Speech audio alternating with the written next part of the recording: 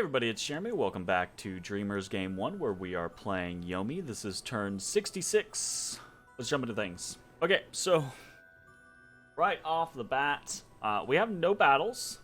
So let's see about our site searching. Voice of Apsu found nothing. Twice. Augury found nothing. A Gnome Lore found nothing. And that's pretty much it. So we have nothing to report on the gem income side of things. We have nothing to report on the battle side of things.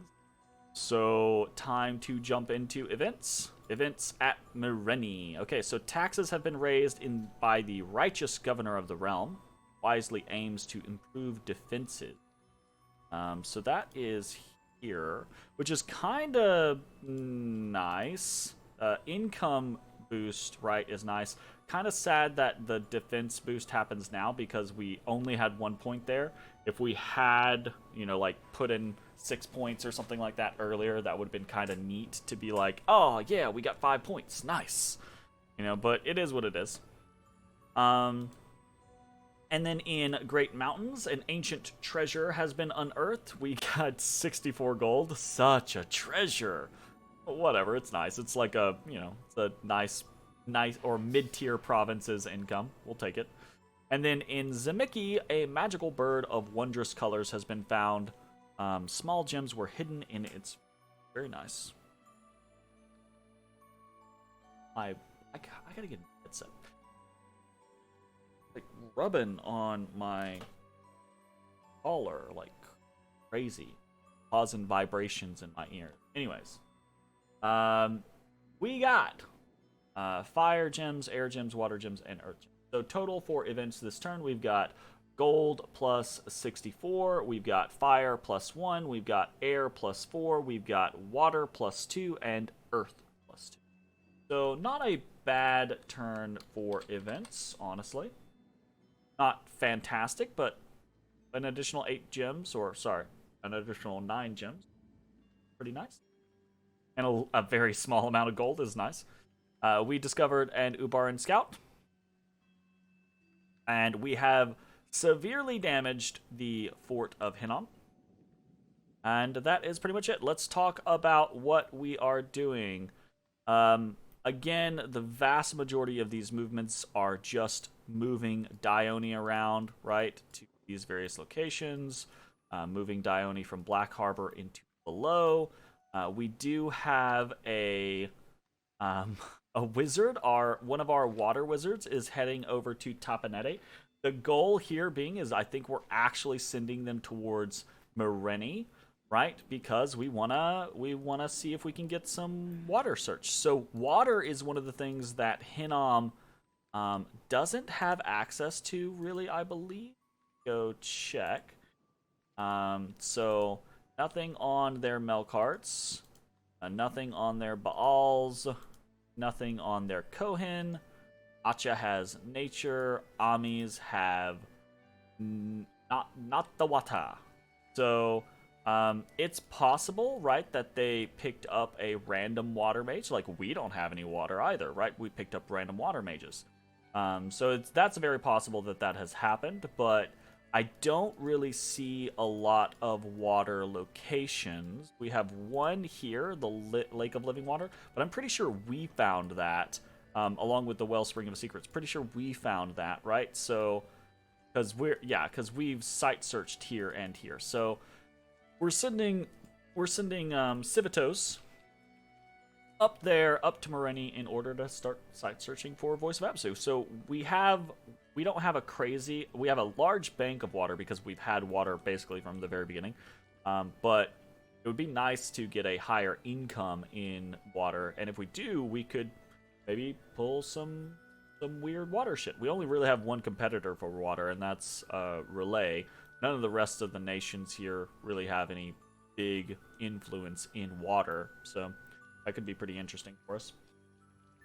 And then other than that, it's really just we're moving the stack, Taro's stack of Akaonis onto Hinnom. If we take a look at how much we have, it is possible, I say possible, it is likely that next turn this stack from Taro will help us pop the fort on Hinnom. And I do think it's probably in our best interest to try to attack sooner rather than later. So we might be declaring attacks on the next turn. We're also patrolling with Pus Wound in Mareni rather than bringing him into the mix. And as we can see over here, this Melkart did not interact. So I don't know if that is because, like, he didn't make any attacks or go anywhere. I don't know if that is because Hinnom has kind of, fuck it, I'm done. Or if he was trying to bait me into counter raiding, right? Throw a Dione over there, try to take the province back. Oh, catches a Dione, kills the Dione, right? That type of situation. So it's possible that that is the case, but I'm not sure. So we're basically continuing our gamble of not fighting or hoping that we don't get attacked by Junichi, etc., or hoping that Junichi doesn't get attacked, etc., etc. And we're just patrolling in Mareni because Mareni is a pretty decent province that has a lot of unrest, and if we can get it down, that's going to be a big boon to our treasury, right? So let's take a look at world states, right? Things remain unchanged between Relay and Ermor. Global enchantments remain unchanged. But we can see over here, holy shit balls, Batman, right? Like, Lanka's territory is just a carpet of Helheim. Lanka's territory is Helheim's territory. But the issue is that these are all raiders, right? Small groups or individual units, and from what I have been told, right, there are concerns, but they're not crazy concerns because there seems to be no major army that can face off against Lanka's major armies in their fortifications. So Lanka doesn't seem in any danger of losing any major fortifications. But regardless of that type of scenario, right, like whether you lose major fortifications or not, you don't have the income from those provinces right now. Lanka still cares about income, even this late in the game, right? Not a crazy amount, but still cares, right? You don't have blood hunting locations. You don't have the gem income from those locations. Like, being raided this hard hurts. So, it is definitely a concern, and I think, right, the war efforts between Ubar and Helheim are about to re-escalate, basically, because the concern is that Helheim has basically been given too much free reign, too much chance to get back into the game, since they were prevented from winning 15 turns ago, and now, right, a renewed focus is potentially coming out to try to counter their success against Lanka. So we'll see how that goes. Everything else remains mostly status quo. So, what are we doing this turn? We have some recruitment. 1 Dione, 1 Onishugo, and 1 Lizard Shaman. That is pretty much that. We've kind of got a situation where, obviously, right, I'm trying to do the 1 Dione every other turn in our capital, and then up in Ulm, we're actually starting to do, like 1 Onishugo per turn, and the more we can throw Onishugos into Scardian Vale or into Strongdale, again, we've talked about this, right, the Oni Summoner trait on the Onishugo, the more we have of them, the more free spawn we can generate through them. And Onishugo are actually pretty cheap for upkeep costs. 78 gold per year is... what's that? I'm not gonna do the basic math in my head. It's 6.5 gold per month. right? So if we have, 40 of those, it's 260 gold in a month. And that's a lot, right? But if we have 40 of those checks, we're also generating a lot of Oni ko-Oni, right? Every single turn. Because they do only generate ko-Oni, right? Like one or more ko-Oni. But that matters, right? Like ko-Oni are the bottom of the barrel as far as Oni goes, but they'll slap the shit out of a fucking basic infantry troop. They hit really hard. They have good attack value, right? They're even better if we can get the chaos power going. And they will take a buff, and they are size 1, so they fucking like, they're these little slap happy dudes that are like a lot of attacks per square, basically. So I do think that is a focus that we can potentially benefit from. So, anyways, moving on. We also have some rituals. Nothing really big this turn, just a bunch of basic stuff. So we have 1 augury, 1 auspex, 1 voice of Apsu, 1 gnome lore, and 6 corpse constructions. So we've got that going on. Jot this down. And that all continues to basically be the scenario of we are pretty much, we've site searched the vast majority of our territory. We've got a couple of things that are hanging, a couple of like little locations that we're hanging out, and we're starting to site search some of Hinom's territory, right? So we're not being super hyper focused. We're not doing like 20 arcane probings in a single turn or anything like that anymore. But yeah. We do have our sorceress over here in Ancient Woods, immediately setting up some auspexes. Veil of Fortune, fingers crossed, give me something good, please and thank you. If not, I will cry. Probably gonna have to cry. Anyways, so we've got that going. What do we have as far as forging? So forging, we've got 1 lightless lantern, 1 dragon helmet, 1 scutata volturnus. We've got 1 ring of regeneration, 1 boots of the messenger, 2 lightning rods, and 2 storm spools. So there's that.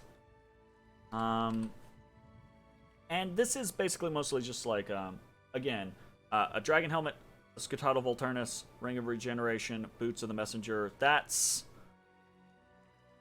4 of the 7 slots that we need, and that's really all that we're doing there is just trying to like fill out some slots. I want to get to the point to where I'm doing a full set of gear every turn, but we are not there yet. I mean, we could be doing that, but there's not a big reason for us to do it yet, so we're diverting some of that focus elsewhere for things like lightning rods and storm spools. And this is, again, mostly the idea that, maybe we throw up someone in Moreni, or we have Ghent down here. We already have an Air Oni Shugo, right? As soon as this Palisade is done, which is next month, we can start summoning corpse constructions, right? Like, trying to convert some of the gems that we have into actual power. You know what? I think one of the goals that I want to do the next multiplayer game that I actually play. I talked about this with a couple people, and it's come up in the YouTube comments as well. And I think this is just something that I want to try to do because this is something very anti what I do. I normally develop these like big banks and then respond to things with these big banks. I want to do a game where I try to basically like actively burn my gems as much as I can, right? Obviously there's a point where like you need to have researchers, so if you are always casting spells, you don't have research happening, right?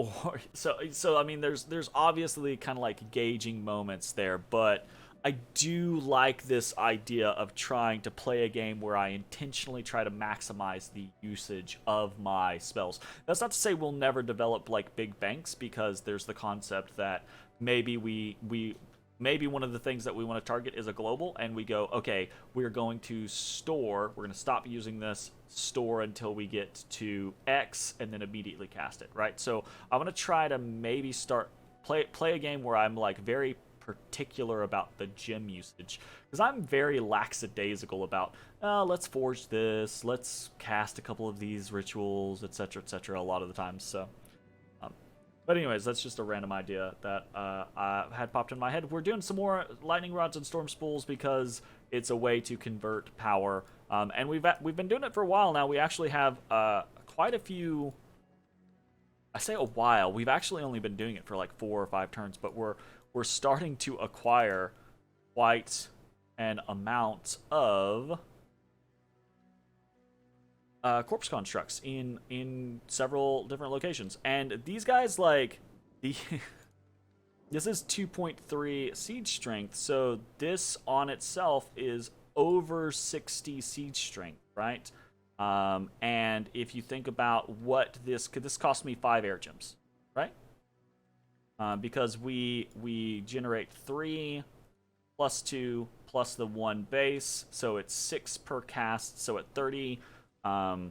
We used 5 air gems to gain quite a bit of siege strength and HP and resistances, etc., etc. So, anyways, I think there are better things that we can do with our air gems, but I think just doing something with it is better than how I normally play. So we're gonna try that. I don't think there is a lot else to talk about in this particular turn. Oh, I lied. There's a lot else to talk about in this particular turn. Why are we doing that? What's... Oh. Okay, so... My goodness. We are sending a Scutadal Volturnus to Lanka. And this is in response to... He's trying to create a counter thug. Or a counter Van Jarl, basically, to start utilizing against some of Helheim's Van Jarls, or forces in general, I think is the idea, right? So we're sending a Scutadal Volturnus over to him, and then I think these 60 Astral Pearls that we're sending to Relay, I think this is in response to Arcane Nexus. I think after some conversation, I love how I'm pretty sure in the last episode I was like, yeah, the world just doesn't seem to care, and that did seem to be the case, and then it seemed to change because I think Relay came in and maybe like made a big case to some people, but I think the general concept now is we're gonna try to take Arcane Nexus down. Because there is concern that if someone is allowed to just sit with Arcane Nexus, if this game does not seem to be on like it's gonna end right in the next 5 to 10 turns, which means that people are like, hold up, if Ermor is sitting on Arcane Nexus for 10, 15, 20, 30 turns, right? That could be a big problem. So let's try to do something about it. I believe that is what this is. Anyways, that I think is about all that is really happening. So that's where we're going to go ahead and end this episode. A little short for our episodes. Normally they go about to 30 minutes, but shit happens. Sometimes it's a short turn. Thanks for watching. We'll see you next time. Bye-bye, everybody. Hey, everybody. Thanks for watching. If you enjoyed the video, consider leaving a like, commenting, or subscribing. It really helps me out. If you'd like to see me live, head over to my Twitch at twitch.tv/thedistanthorizon.